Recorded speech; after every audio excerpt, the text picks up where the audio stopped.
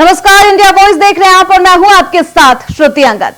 Bulletin की करते हैं शुरुआत। इस वक्त की बड़ी जानकारी प्रयागराज से सामने आ रही है। प्रयागराज श्री कृष्ण जन्मभूमि शाही ईदगाह विवाद का मामला इलाहाबाद हाईकोर्ट में मथुरा विवाद का ट्रायल आज से शुरू होगा। इलाहाबाद हाईकोर्ट ने 1 अगस्त को सुनाया था फैसला। कोर्ट ने हिंदू पक्ष की याचिकाओं को माना था पोषणीय। कोर्ट ने मुस्लिम पक्ष की आपत्ति खारिज कर दी थी। अयोध्या विवाद की तर्ज पर अब हाईकोर्ट में सुनवाई होगी। कोर्ट हिंदू पक्ष की 18 याचिकाओं पर सुनवाई करेगा। तो इस वक्त की अहम जानकारी सामने आ रही है। इलाहाबाद हाईकोर्ट में आज सुनवाई होनी है और 18 याचिकाओं पर आज सुनवाई करेगा हाईकोर्ट। अयोध्या विवाद की तर्ज पर अब हाईकोर्ट में सुनवाई होनी है। बेहद अहम सुनवाई मानी जा रही है।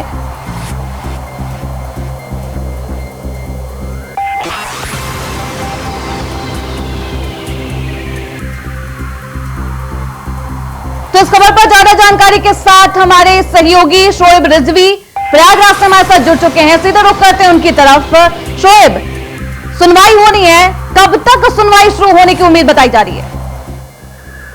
देखिए, आज आफ्टर लंच 2 बजे के बाद इस मामले में सुनवाई हो सकती है। हालांकि जो अलग अलग मामले हैं, 18 अलग अलग मामले हैं, उस पर सुनवाई होनी है। इसमें से कुछ ऐसे मामले हैं जिसको लेकर के अब सुप्रीम कोर्ट भी जो ईदगाह कमेटी है वो जा चुकी है। ऐसे में अब देखना है कि कोर्ट किस तरह से, क्योंकि इसमें जो याचिकाएं हैं उसमें अलग अलग डिमांड है। जैसे अमीन की नियुक्ति करके सर्वे कराने की मांग है। केशव देव का जो विग्रह है वो आगरा की जामा मस्जिद की सीढ़ियों पर लगाए जाने का आरोप है।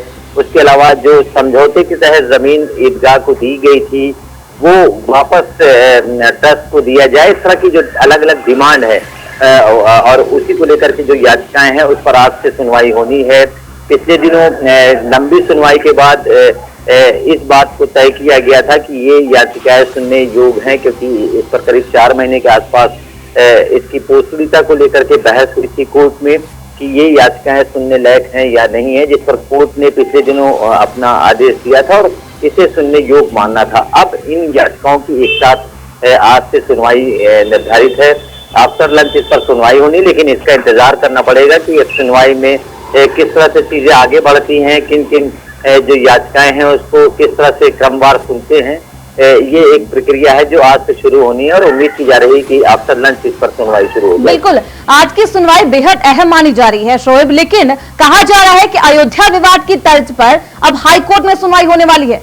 तो फैसला क्या कुछ होने वाला है? क्योंकि अयोध्या विवाद की तर्ज पर किस तरीके से फैसला आया था सबको पता है। तो अब आगे क्या देखा जाए, किस तरीके से रुख? देखिए, इस तरह से कह सकते हैं हिंदू पक्ष लगातार कोशिश कर रहा है कि इस मामले में जल्दी से जल्दी सुनवाई हो ताकि जल्दी निर्णय आए। हालांकि ये आरोप हिंदू पक्ष की तरफ से भी लगाया गया था कि मुस्लिम पक्ष कहीं ना कहीं जो लिंगारान है उसको करने की कोशिश करता है और डिले करता है, इस तरह का आरोप है। अब कोर्ट को आज से जो याचिकाएं उस पर सुनवाई करनी है। तो ये याचिकाएं किस तरह से डे बाई डे सुनी जाती हैं या किस तरह से ये कार्रवाई आगे बढ़ती है, ये आज की प्रोसीडिंग के बाद बहुत सी चीजें साफ होंगी। हाँ, ये जरूर है कि कुछ एक मामले ऐसे भी हैं जो जिसको जो मुस्लिम पक्ष है उन्होंने सुप्रीम कोर्ट में भी चैलेंज किया है। तो बहुत बार ऐसा भी हुआ है कि जब मामला कोई सुप्रीम कोर्ट में पहुंच जाता है तो ये जो नीचे की अदालत है वो उसका जरूर इंतजार करती है। तो क्या उसका असर भी इस पर पड़ेगा, ये भी देखना होगा, क्योंकि कुछ एक मामले हैं जो इस पर सुप्रीम कोर्ट मुस्लिम पक्ष पहुंच चुका है। तो अलग अलग याचिकाओं में किन याचिकाओं को पहले सुनती है और किस तरह से एक साथ सुनती है, ये बिल्कुल शोएब, 18 याचिकाओं पर सुनवाई होनी है। हिंदू पक्ष के 18 याचिकाओं पर सुनवाई होगी। तो क्या कुछ आज अहम होने वाला है? किन किन याचिकाओं पर आज सुनवाई होने की बात कही जा रही है?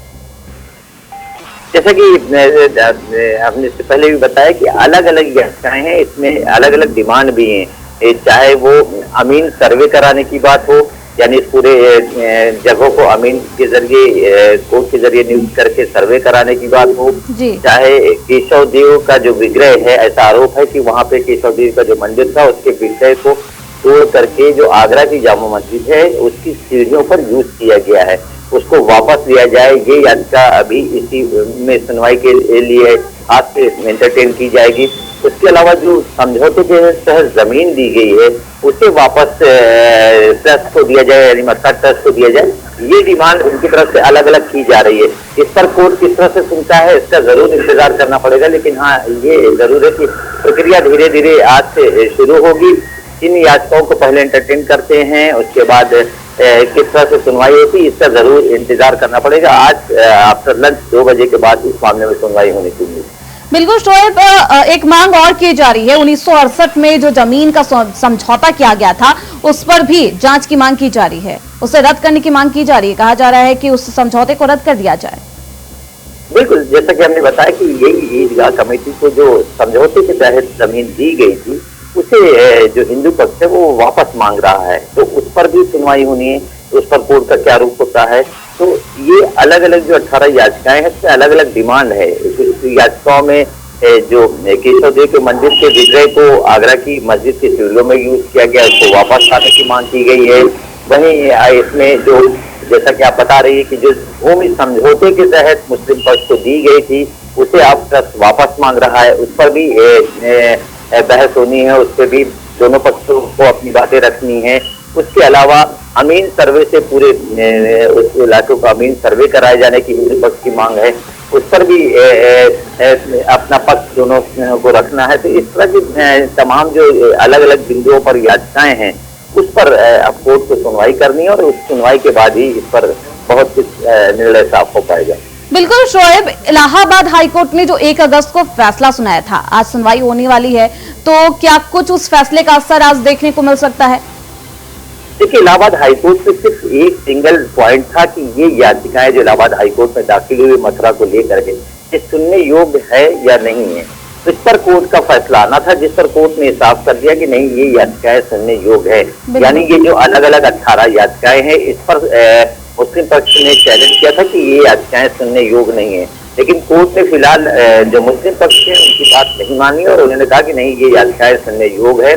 711 के तहत जिस तरह से इनकी तरफ से चुनौती दी गई थी, तो अब ये रास्ता साफ हो गया। जो अलग अलग बिंदुओं पर सुनवाई होनी है वो सुनवाई शुरू हो जाएगी। आप एक तरह से बिल्कुल शोएब, ये सुनवाई बेहद अहम मानी जा रही है। देखना होगा कि क्या कुछ आज सुनवाई से निकलकर सामने आता है। बहुत शुक्रिया आपका इन तमाम जानकारियों के लिए। आप निगाह बनाए रखिए।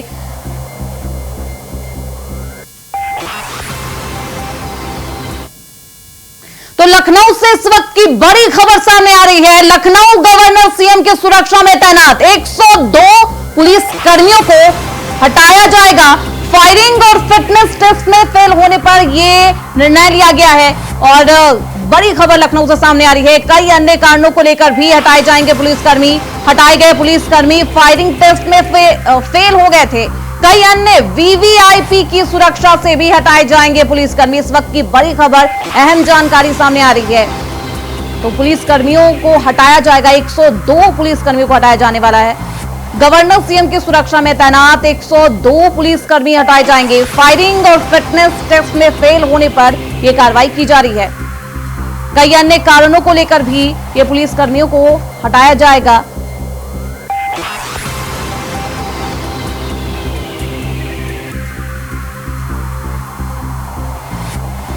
तो कई अन्य वीवीआईपी की सुरक्षा से भी हटाए जाएंगे पुलिसकर्मी।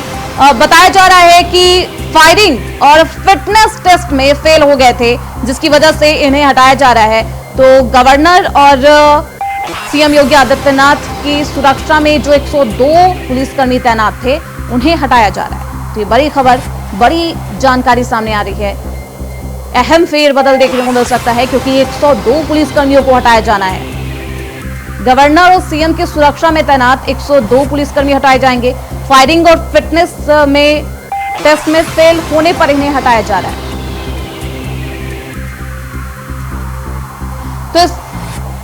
तो इस खबर पर ज्यादा जानकारी के साथ हमारे सहयोगी कृष्णा मिश्रा लखनऊ से जुड़ रहे हैं हमारे साथ। सीधे रुख करते हैं उनकी तरफ। एक बड़ी कार्रवाई की गई है कृष्णा, 102 पुलिसकर्मियों को हटाया जा रहा है, क्या कुछ जानकारी? उत्तर प्रदेश के मुख्यमंत्री योगी आदित्यनाथ और राज्यपाल की सुरक्षा में तैनात 102 कर्मियों को हटाने का फैसला जो है सरकार की तरफ से लिया गया है।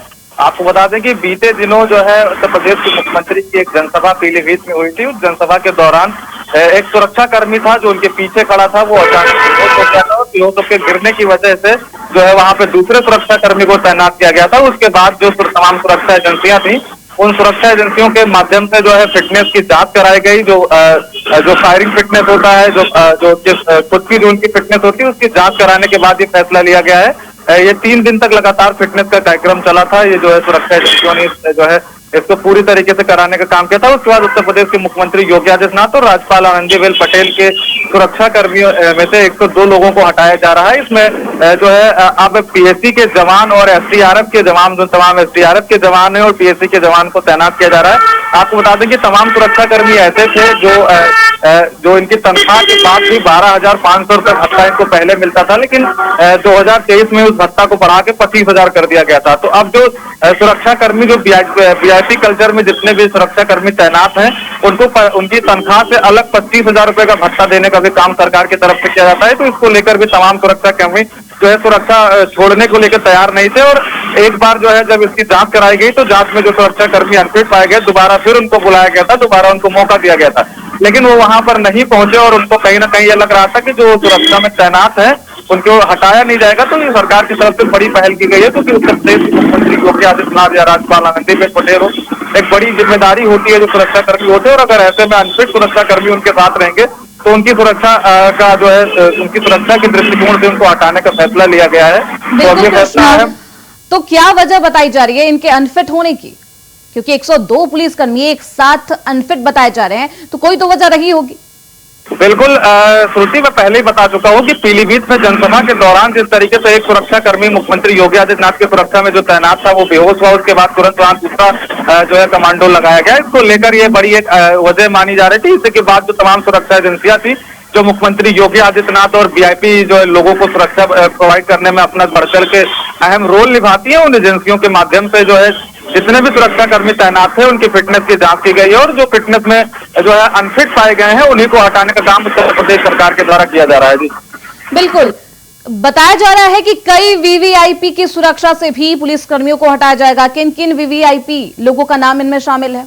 देखिए श्रुति, हालांकि अभी जो है उत्तर प्रदेश के मुख्यमंत्री योगी आदित्यनाथ और जो उत्तर प्रदेश के राज्यपाल हैं उनके जो है सुरक्षा कर्मियों को हटाने की बात हुई है। हालांकि अब जिस तरीके से तमाम जो अनफिट सुरक्षा कर्मी हैं वो चाहे जहां तैनात हो उनको हटाने का काम उत्तर प्रदेश सरकार के द्वारा किया जाएगा, क्योंकि इसी क्रम में जो है फिटनेस की जांच लगातार कराई जा रही है और तमाम सुरक्षा कर्मियों को मौका भी दिया जा रहा है कि वो अपने आप को फिट जो है साबित कर सके। लेकिन इसमें हो रहा है कि सुरक्षा कर्मी वहां पर जब जो उनको बुलाया जाता है फिटनेस के लिए तो वहां नहीं पहुंचते हैं। कहीं ना कहीं उनको लगता है कि जिस तरीके से जो है सुरक्षा में तैनात है, जो उनको अपनी तनख्वाह से हट के 25,000 रुपए का भत्ता मिलता है, अगर वो अनफिट पाए गए तो उनको हटाया जाएगा तो उनके 25,000 रुपए भत्ता का नुकसान उन्हें जो है झेलना पड़ सकता है। इसी को लेकर तमाम सुरक्षा कर्मी वहां पहुंच भी रहे हैं और तमाम सुरक्षा कर्मी वहां नहीं पहुंच रहे हैं। जी श्रुति। बिल्कुल कृष्णा, क्योंकि एक सवाल फिटनेस को लेकर मंडराने लगा है, ऐसे में अब इनकी फिटनेस को लेकर सरकार क्या कुछ अहम कदम उठा सकती है? क्योंकि प्रशासन का फिट रहना जनता के लिए भी बहुत बड़ा एक अहम मुद्दा रखता है, मायने रखता है। तो क्या कुछ सरकार की तरफ से कदम उठाए जा सकते हैं, क्योंकि सख्त कदम उठाना बेहद जरूरी है? देखिए श्रुति, सरकार के तरफ से जो कदम उठाना था, जो है जो सुरक्षा कर्मी तैनात हैं उनके फिटनेस की जांच लगातार की जा रही है और जो उसमें अनफिट पाए जा रहे हैं उत्तर प्रदेश सरकार के द्वारा उन्हें हटाया जा रहा है। सरकार के द्वारा किसी भी वीआईपी के सुरक्षा में जो तैनात सुरक्षा कर्मी है उनके साथ कोई कोताही नहीं बरती जाएगी और इसी क्रम में उत्तर प्रदेश सरकार ने फैसला लिया है कि 102 सुरक्षा कर्मियों को हटाया जाएगा। जी, इन लोगों को कहां पोस्टिंग दी जा सकती है? क्योंकि 102 पुलिस कर्मियों को एक साथ हटाया जा रहा है, तो कहीं तो पोस्टिंग दी जाएगी। अभी तो सुरक्षा में तैनात थे। देखिए श्रुति, ये अलग अलग जो है विंग के जो है सिपाही थे, चाहे वो एसडीआरएफ के हों चाहे पीएसी के हों, तमाम जगह तो जो जिस विंग में था उनको उस विंग में भेजा जाएगा और वहां काम करने का उन्हें मौका मिलेगा। उनको सिर्फ उत्तर प्रदेश के मुख्यमंत्री योगी आदित्यनाथ और राज्यपाल की सुरक्षा से हटाया जा रहा है, ना कि उनके जो है पुलिसिया जो है उनके ऊपर कोई ऐसी कार्रवाई की जा रही है कि उनकी नौकरी पे कोई आता है। लेकिन अब अनफिट सुरक्षा कर्मियों को जो खुद अनफिट है वो क्या जो है उत्तर प्रदेश के मुख्यमंत्री योगी आदित्यनाथ की सुरक्षा करेगा, क्या राज्यपाल की तरफ से? बिल्कुल कृष्णा, आप निगाह बनाए रखिए। इन तमाम जानकारियों के लिए आपका बहुत शुक्रिया। तो इस वक्त की बड़ी खबर लखनऊ से सामने आ रही है, जहां गवर्नर सीएम की सुरक्षा में तैनात 102 पुलिस कर्मियों को हटाया गया है। लेकिन फिर से एक बड़ी जानकारी सामने आ रही है, पुलिस अफसरों पर सीएम सख्त फैसला लेते हुए नजर आ रहे हैं। खराब प्रदर्शन करने वाले पुलिस अफसरों पर सीएम का सख्त फैसला, रवैया नहीं सुधारने पर गाज गिरता हुआ नजर आएगा।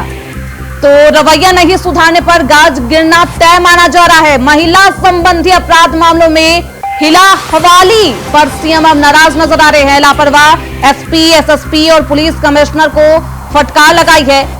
कंप्लेंट्स, पेंडेंसी और डिस्पोजल रेट में खराब परफॉर्मेंस वाले अफसरों को सीएम ने कड़े निर्देश दिए हैं।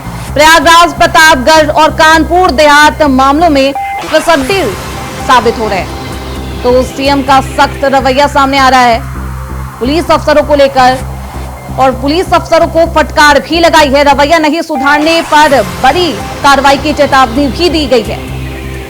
तो खराब प्रदर्शन करने वाले पुलिस अफसरों पर सीएम का सख्त फैसला, रवैया नहीं सुधारने पर गाज गिरना तय माना जा रहा है।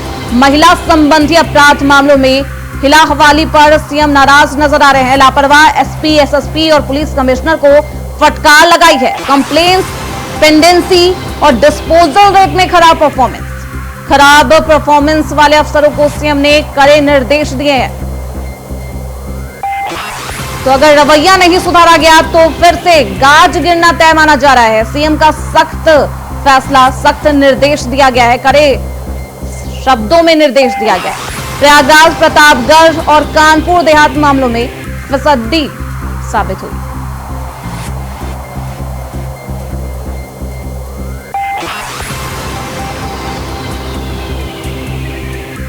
तो लखनऊ से इस वक्त की बड़ी जानकारी हम आपको बता रहे हैं। खराब प्रदर्शन को लेकर पुलिस अफसरों पर सीएम का सख्त निर्देश सामने आया है, क्योंकि जीरो टॉलरेंस पर योगी सरकार काम करती है और ऐसे में अब फिर से अफसरों को कानून व्यवस्था को सुदृढ़ करने को कहा गया है। रवैया नहीं सुधारने पर गाज गिरना तय माना जा रहा है।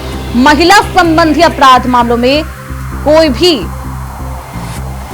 चूक नहीं बर्दाश्त करेगी योगी सरकार। तो सीएम योगी बेहद नाराज नजर आए और लापरवाह एसपी, एसएसपी और पुलिस कमिश्नर को फटकार लगाई है।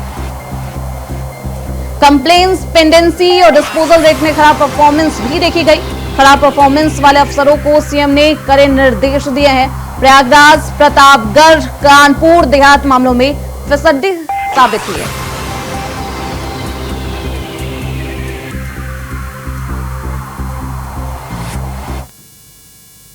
तो खबरों बढ़ते आगे, लखनऊ से बड़ी खबर सामने आ रही है। यूपी आयोजित करेगा UP international trade show. UP international trade show UP में आयोजित होगा। दूसरा संस्करण होगा इसका। 25 से 29 सितंबर तक यूपी आयोजित करेगा यह कार्यक्रम। सीएम ने आयोजन की तैयारियों की समीक्षा बैठक भी की है।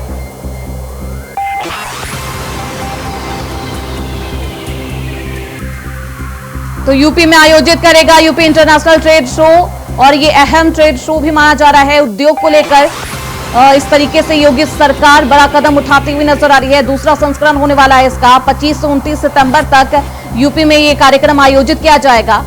सीएम योगी ने इस आयोजन की तैयारियों को लेकर समीक्षा भी की है। तो दूसरा संस्करण होने वाला है, ऐसे में बेहद अहम माना जा रहा है ये इंटरनेशनल ट्रेड शो, क्योंकि कई लोग इसमें शामिल होते हैं और योगी सरकार उद्योग को लेकर भी एक अहम कदम उठाती हुई नजर आ रही है।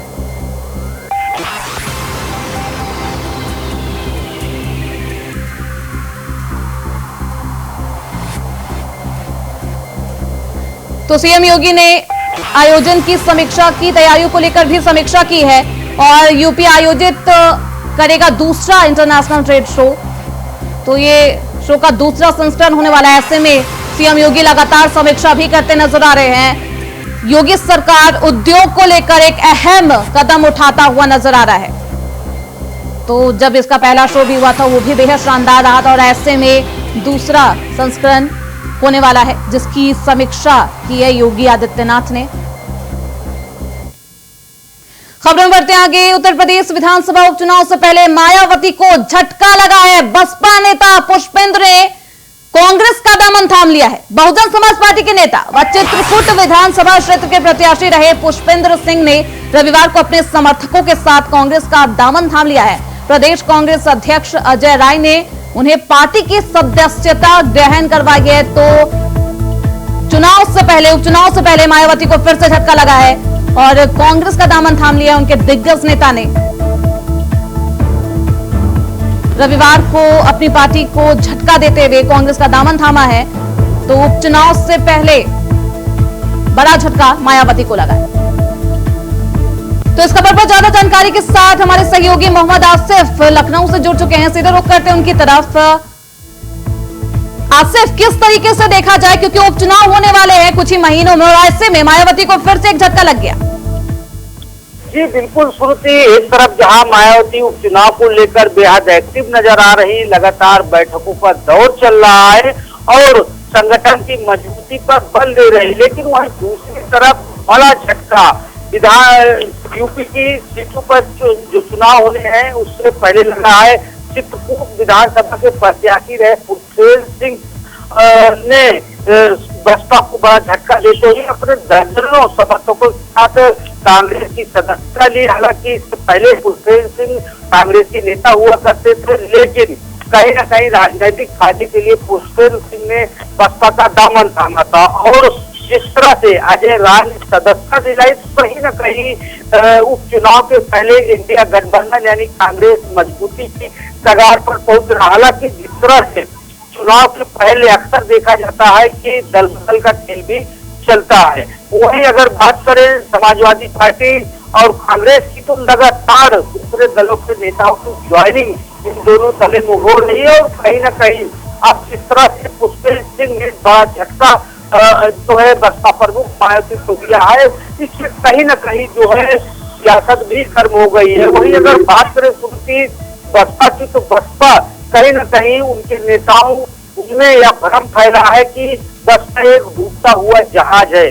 जिस तरह से लोकसभा चुनाव से पहले कई सांसदों और नेताओं ने बसपा का दामन छोड़ा था, कई दलों उनमें ज्वाइनिंग की थी। अब इस तरह से उपचुनाव के पहले कहीं न कहीं यह बड़ा झटका लगा है, कहीं न कहीं बसपा का जो जोश है वह ठंडा भी पड़ सकता है।